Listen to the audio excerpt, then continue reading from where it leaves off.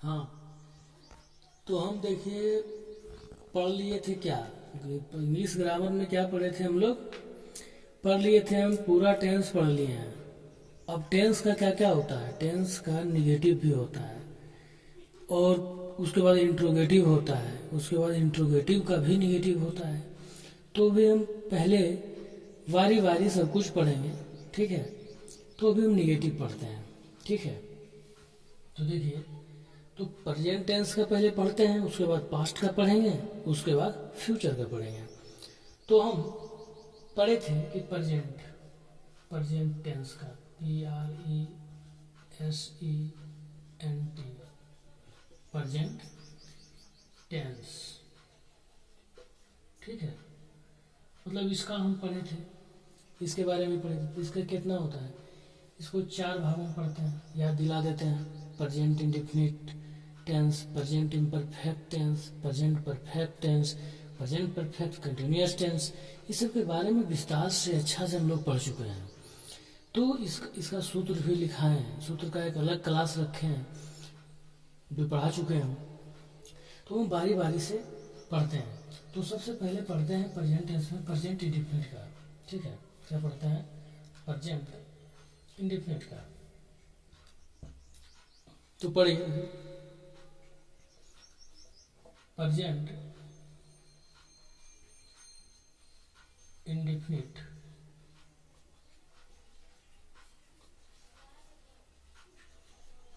Present indefinite tense क्या, negative. क्या पढ़ना है, निगेटिव, निगेटिव, ठीक है। निगेटिव, वो जो हम पढ़े थे कि उसको वो कौन सा कैसा सेंटेंस था, ये निगेटिव सेंटेंस इसका सब लोग को वो था एसर्टिव सेंटेंस, यानी सकारात्मक वाक्य। एसर्टिव सेंटेंस या एफर्मेटिव सेंटेंस, ठीक है। एसर्टिव सेंटेंस या एफर्मेटिव सेंटेंस, एसर्टिव सेंटेंस या एफर्मेटिव सेंटेंस एक ही होगा, उसको सकारात्मक वाक्य बोलते हैं। अब हम निगेटिव, निगेटिव किसका, निगेटिव ऑफ किसका, negative of present indefinite tense का, फर्स्ट नंबर का, ठीक है। तो इसका हम नकारात्मक वाक्य देख रहे हैं कैसे बनाएंगे। वो सकारात्मक वाक्य था, ये नकारात्मक वाक्य कैसे बनाएंगे, ठीक है। Negative of present indefinite tense. तो बताइए सकारात्मक में क्या होता था, एसर्टिव सेंटेंस में क्या होता था, इसका सूत्र क्या होता था, S plus V1 plus object. याद दिला देते हैं कि जिस हिंदी वाक्य के क्रिया के अंत में ता होते हैं, ती हैं इत्यादि लगा रहे, तो उसको हम क्या समझते थे, उसको हम प्रेजेंट इंडेफिनिट टेंस में समझते थे। तो उसी का सूत्र है S plus V1 plus object.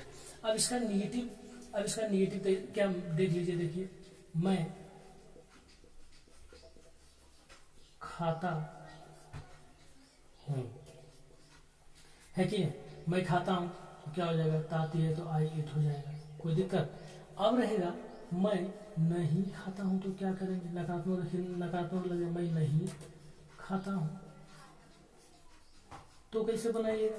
तो इसी के लिए ऐसा ही, इसी को वो नहीं, जिसमें ऐसा सेंटेंस जिसमें नहीं लगा रहा हो उसको हम निगेटिव बोलते हैं, कोई भी सेंटेंस का, समझिए, नकारात्मक वाक्य बोलते हैं। तो इसी का नियम है S plus V1 plus object जो है ये एसर्टिव है, एसर्टिव सेंटेंस ASSER, एसर्टिव सकारात्मक वाक्य, एसर्टिव सेंटेंस, ठीक है, या एफर्मेटिव सेंटेंस बोलते हैं इसको, ठीक है। तो आप जितना भी टेंस पढ़े हैं सब एसर्टिव था, एफर्मेटिव था, सकारात्मक वाक्य था, वो तो बिना बताए आप लोग देख लीजिएगा। जिसमें नहीं लगा रहा हो वो नकारात्मक हो गया, निगेटिव सेंटेंस हो गया। नकारात्मक वाक्य हो गया जिसमें नहीं ना लगा हो उसको हम सकारात्मक वाक्य बोलते हैं, या एफर्मेटिव सेंटेंस बोलते हैं, या असर्टिव सेंटेंस बोलते हैं, ठीक है। तो present, negative of present indefinite tense बारी बारी से हम पढ़ रहे हैं। तो S plus V1 plus object होता है। तो इसमें क्या हो जाता है, इसमें डू या डज लगता है। क्या होता है, डू या डज। उसके बाद नोट लगता है, क्रिया का पहला रूप ही रहता है V1 प्लस ऑब्जेक्ट, ठीक है। ये निगेटिव हो गया, ये निगेटिव सेंटेंस होता है इसका, निगेटिव, ठीक है। ये एफर्मेटिव हो गया, तो देखिए यहाँ पर एक बात हम देख रहे हैं कि negative of present indefinite tense, तो पहले assertive S plus V plus object पढ़े थे, ठीक है। अब इसका क्या पढ़ लिए, अब इसका हम निगेटिव पढ़ लिए। नेगेटिव सूत्र क्या होगा, डू या डज, ता ती रहे मैं नहीं खाता हूँ, तो नहीं लगा हुआ है तो क्या हो गया, नकारात्मक वाक्य हो गया। तो जब ता या ते ती लगा रहे तो उसमें तो विचार का प्रयोग नहीं होता है, इसे बना लेते हैं। लेकिन इसमें जब नकारात्मक वाक्य इसका करते हैं तो इसका सूत्र क्या होता है, डू या डज लगता है, यानी डू डज प्लस नोट, यानी डू नोट या डज नोट। सब्जेक्ट के बाद डू या डज जहाँ जहाँ लगेगा उसके बाद नोट, उसके बाद क्रिया का क्या होता है, क्रिया क्या होता है, हमेशा पहला रूप होता है, उसके बाद ऑब्जेक्ट होता है। बना के हम देख लेते हैं तो क्या हो जाएगा, मैं नहीं खाता हूँ, कि मैं को सब्जेक्ट होता है, क्या होगा, आई हो जाएगा। आई के साथ क्या लगेगा, डू लगेगा, डू आई डू नोट लगेगा, नहीं डू नोट क्या हो जाएगा, डू नोट ईट, ठीक है। और हम इसका सात एक हाथ जो जिसको बोलते थे मैं, हम लोग, तुम लोग हुआ, वैसे सब करके देख लेते हैं, तो इससे अच्छा से पता लग जाएगा कि कहाँ डू नोट और कहाँ डज नोट लगता है, ठीक है।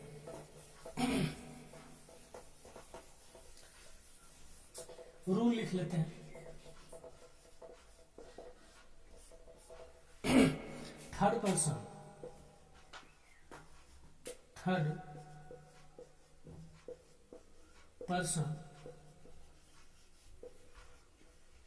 सिंगुलर और थर्ड पर्सन चाहे सेकेंड पर्सन में कोई दिक्कत नहीं होनी चाहिए। थर्ड पर्सन सिंगुलर नंबर के साथ डज नोट और शेष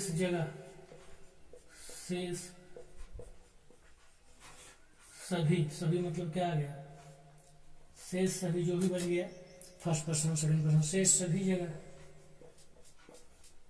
सभी जगह क्या होता है, डू नोट का प्रयोग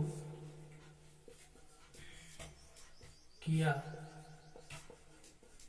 जाता है।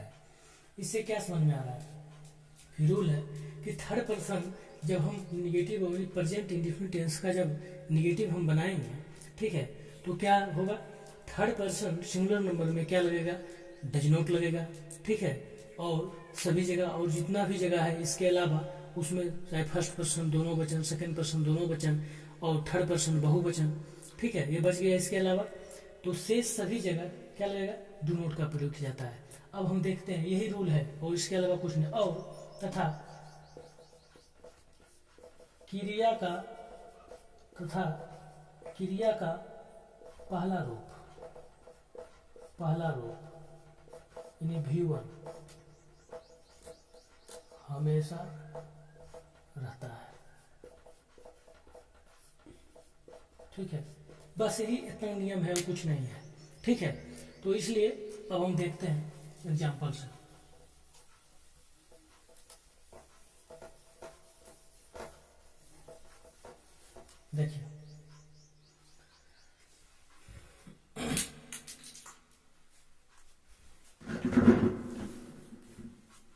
देखिए जैसे लेते हैं एक एग्जाम्पल, मैं स्कूल जाता हूँ, ठीक है, मैं स्कूल जाता हूँ। ये तो क्या हुआ, एसर्टिव सकारात्मक वाक्य हो गया, एसर्टिव सेंटेंस हो गया, और ताती है तो प्रेजेंट इंडेफिनिट टेंस में है। अब इसका नेगेटिव क्या हो जाएगा, मैं स्कूल नहीं जाता हूँ, है कि नहीं। तो इसी का तो हम सीख रहे हैं, मैं स्कूल नहीं जाता हूँ। कोई दिक्कत, तो क्या पढ़े थे हम, एस प्लस डू या डज पढ़े थे कि नहीं, डू या does plus note plus V1 plus object पढ़े थे। अब हम बनाते हैं, मैं स्कूल जाता हूँ तो क्या हो जाएगा, आई गो टू स्कूल, है कि नहीं। तो देखिए आई क्या है, फर्स्ट पर्सन है, सिंगुलर नंबर है। क्या हम बताए थे कि only third person singular number को देखना है। तो क्या हो जाएगा, देखिए पहले लिख लेते हैं, हम लोग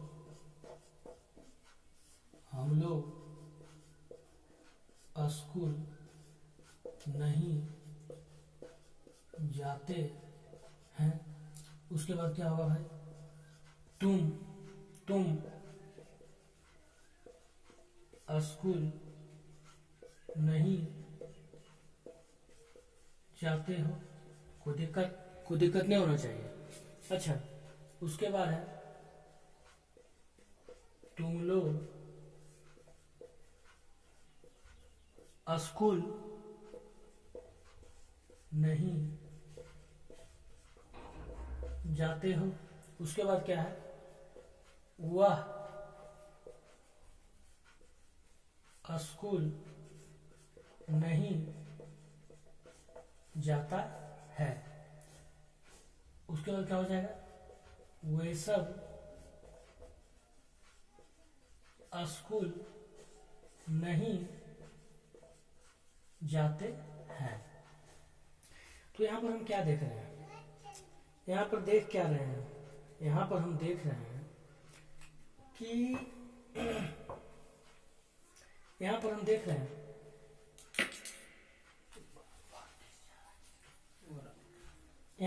रहे हैं कि मैं, हम लोग, तुम लोग, इसलिए मैं कर रहा हूं कि कोई कंफ्यूजन ना हो।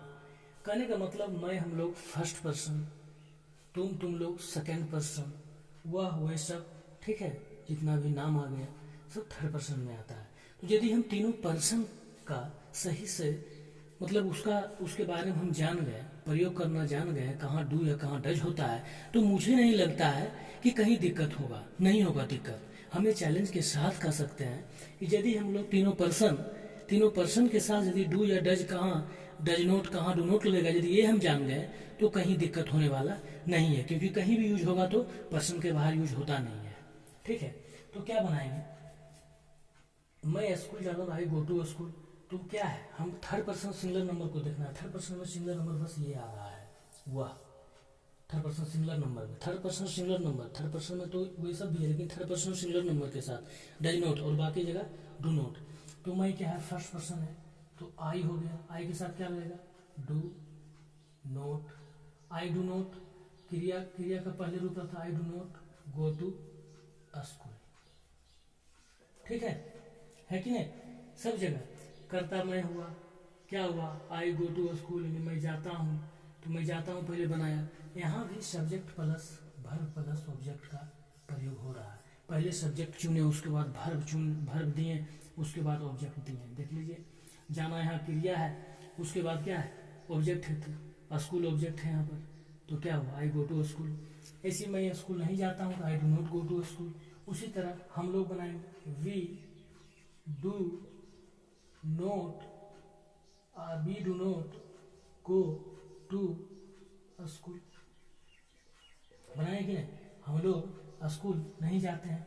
फिर बनाएंगे क्या फिर बनाएंगे, तुम स्कूल नहीं जाते हो, you do not go to school.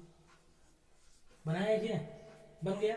फिर तुम लोग बनाएंगे, तुम लोग को you do not go to school, SCHOOL। उसके बाद थर्ड पर्सन सिंगुलर नंबर, देखिए नियम लिखा है, थर्ड पर्सन सिंगुलर नंबर मतलब एक वचन, थर्ड पर्सन सिंगुलर नंबर के साथ डज नोट होता है। तो ही डज नोट, क्रिया हमेशा, क्रिया को बदला है, क्रिया हमेशा पहला रूप, see he does not go to school. उसके बाद they do not go to school. ठीक है, तो अब देखिए यहाँ डू नोट को हम डोंट भी लिख सकते हैं। देखिए डू नोट है ना, इसको हम शॉर्ट में DONT डोंट भी लिख सकते हैं। ठीक है, लेकिन अभी तत्काल यूज कीजिए देखिए, तो यहाँ पर क्या है, हम सीख गए। तो यहाँ पर कुछ नहीं है, जो नियम बताए हैं उससे ज़्यादा कोई नियम नहीं। यहाँ पर क्या हुआ, ही डज नॉट, जो क्रिया के अंत में एस या एस लगता था वो डू या डज हो गया, तो he does not go to school. और क्रिया का देख रहे हैं कि हमेशा पहला रूप लग रहा है नेगेटिव सेंटेंस में। यही सब सीखना है, छोटी छोटी बात को सीखना है। छोटी छोटी बात सीख कर ही आप एक बड़ी चीज़ को सीख सकते हैं, अदरवाइज नहीं सीख पाइएगा। तो मैं स्कूल जाता हूँ, आई गो टू स्कूल हुआ, और इसका सूत्र हम क्या लिखे थे, इसका सूत्र एस प्लस डू या does plus note plus V1, हमेशा V1, ठीक है। उसके बाद ऑब्जेक्ट, तो सब्जेक्ट, वर्ब, ऑब्जेक्ट सब कुछ हम पढ़ा चुके हैं, ठीक है। सब्जेक्ट भी पढ़ा चुके हैं, वर्ब क्या होता है, ऑब्जेक्ट भी पढ़ा चुके हैं। कोई भी ट्रांसलेशन बनाते हैं, ट्रांसलेशन हिंदी से इंग्लिश करते हैं, तो पहले सब्जेक्ट चुनते हैं, उसके बाद वर्ब चुनते हैं, उसके बाद ऑब्जेक्ट चुनते हैं, ठीक है। आज तक यही तक हो गया, बारी बारी सब कुछ पढ़ेंगे, ठीक है।